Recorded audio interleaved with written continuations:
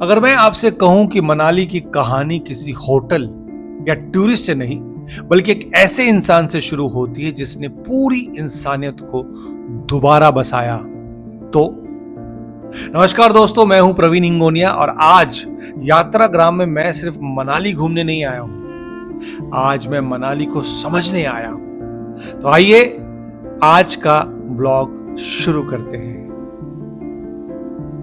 मनाली का नाम मनु आलया से निकला माना जाता है। मनु यानी महर्षि मनु और आलया यानी घर। हिंदू परंपरा के अनुसार जब प्रलय आया था और पूरी दुनिया पानी में डूब गई थी, तब महर्षि मनु की नाव हिमालय के पास आकर रुकी।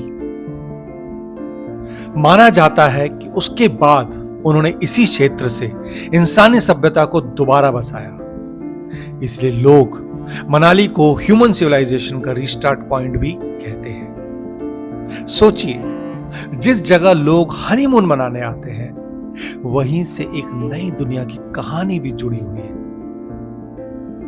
दोस्तों, यहाँ के लोगों को ऑब्जर्व करते हुए, यहाँ के लोगों से यहाँ की पुरानी बातें सुनते हुए मुझे बहुत कुछ जानने को मिला। मैं आपको एक बात बताऊं, आज की तरह पहले यहाँ जो आजकल के जो होटल्स और कैफे हैं यहाँ पर, वो पहले नहीं हुआ करते थे। मनाली एक बहुत ही इंपॉर्टेंट ट्रेड माना जाता था और ट्रेड रूट था यहाँ का।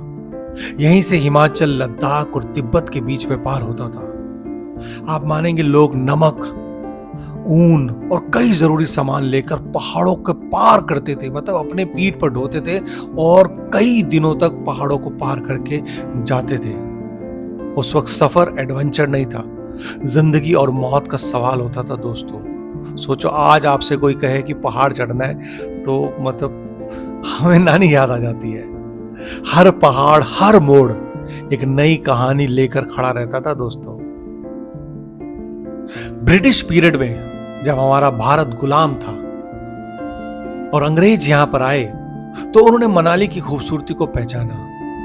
उन्होंने रोड्स बनाई, रेस्ट हाउस बनाए और धीरे धीरे दुनिया को मनाली के बारे में पता चलने लगा। और फिर आया टूरिज्म। आज हर साल लाखों लोग यहां पर आते हैं। किसी को स्नो चाहिए होती है, किसी को बर्फ देखनी होती है, किसी को पीस चाहिए होता है और किसी को अपनी लाइफ से कुछ दिन छुट्टी चाहिए होती है। लेकिन अगर ध्यान से देखो तो मनाली की असली पहचान उसके लोग हैं।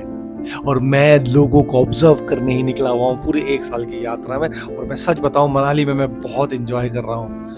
हल्का सा पीस महसूस हो रहा है, मुझे एडिटिंग करने में मजा आ रहा है, मेरे को नींद बहुत अच्छी मिल रही है, यहाँ की हवा बहुत अच्छी है, यहाँ का एटमॉस्फेयर बहुत अच्छा है और सबसे अच्छा है यहाँ के भुट्टे।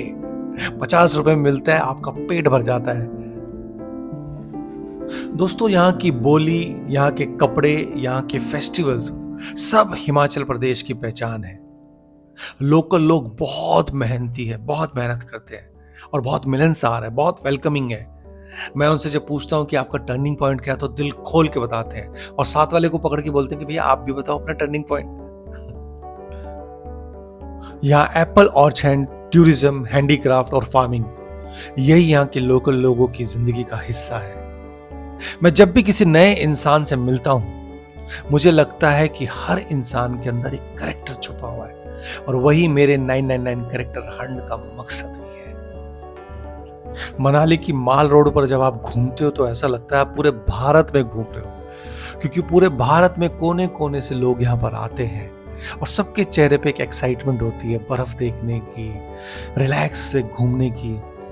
मैंने यहाँ पे बहुत लोगों को ऑब्जर्व किया, लोगों के चेहरे को ऑब्जर्व किया कि इस एक माल रोड ने कितने लोगों को खुशियां दे रहा है। ये हर आदमी एक्साइटेड होके घूम रहा है, रिलैक्स होके घूम रहा है और प्रेजेंट में है।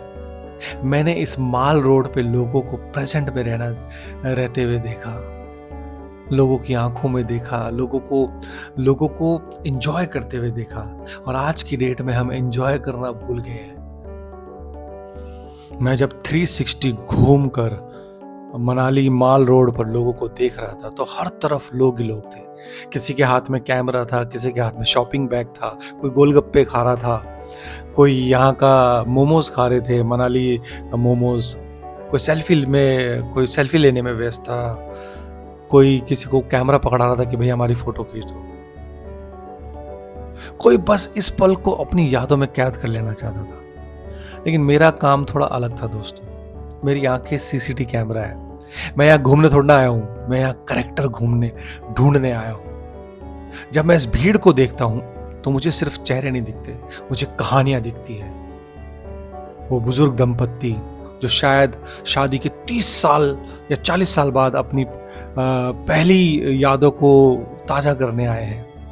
वो छोटा सा बच्चा जो हर दुकान पर रुकता है और दुनिया की हर चीज को अपने साथ घर ले जाना चाहता है। वो नया नया कपल, नया नया प्रेमी जोड़ा जो सोच रहा है कि ये सफर कभी खत्म ना हो। वो दुकानदार जो हर मुस्कान के पीछे अपने परिवार की जिम्मेदारी उठाए खड़ा हुआ है।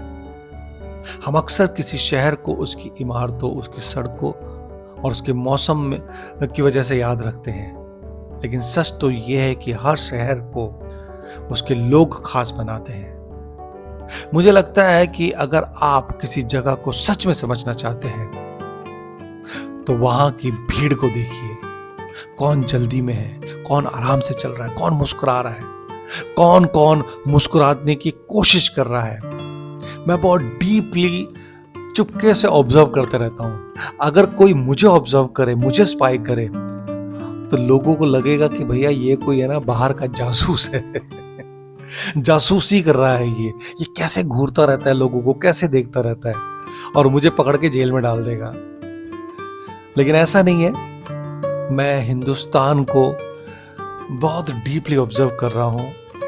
एक नैतिक जिम्मेदारी है 999 कैरेक्टर को करने की, उसको समझने की और करने से पहले भारत को समझने की। प्रवीण इंगोनिया Yatragram all India 365 days 999 character hunt उसी की कोशिश है, उसी का ईमानदारी प्रयास है। और मैं बहुत ईमानदारी से लोगों को देख रहा हूँ, ऑब्जर्व कर रहा हूँ, उनसे कहानियां ढूंढ रहा हूँ और हक से उनको बोलता हूँ कि आप अपने जीवन के बारे में बताइए। और लोग दिल खोल के बता रहे हैं। दोस्तों, हमारी यात्राग्राम की कोशिश आपको कैसे लग रही है, प्लीज हमें कमेंट करिए। लोगों को बोलिए देखने के लिए, आप देखिए। और कुछ भी आपको चेंजेस लगता है तो हमें सजेशन दीजिए ताकि हम उसको सुधार लेके आए। मेरी भी ये ब्लॉगिंग की पहली यात्रा है और यात्रा करते करते आज ऑलमोस्ट 215 दिन हो गए। अब एक तरह से 30% का सफर बचा है। जल्दी से ये साल खत्म हो और मैं आपके सामने पेश करूं 999 कैरेक्टर।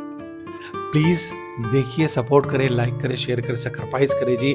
यात्राग्राम की जर्नी को एंजॉय करें जी। नवरस कथा कॉलेज नहीं देखी तो आज ही देखिए पूरे परिवार के साथ। 9 लोगों को फॉरवर्ड कीजिए, 9 लोगों का डोनेशन दीजिए और हम जैसे इंडिपेंडेंट फिल्म मेकर का हौसला बढ़ाइए। भारत माता की जय।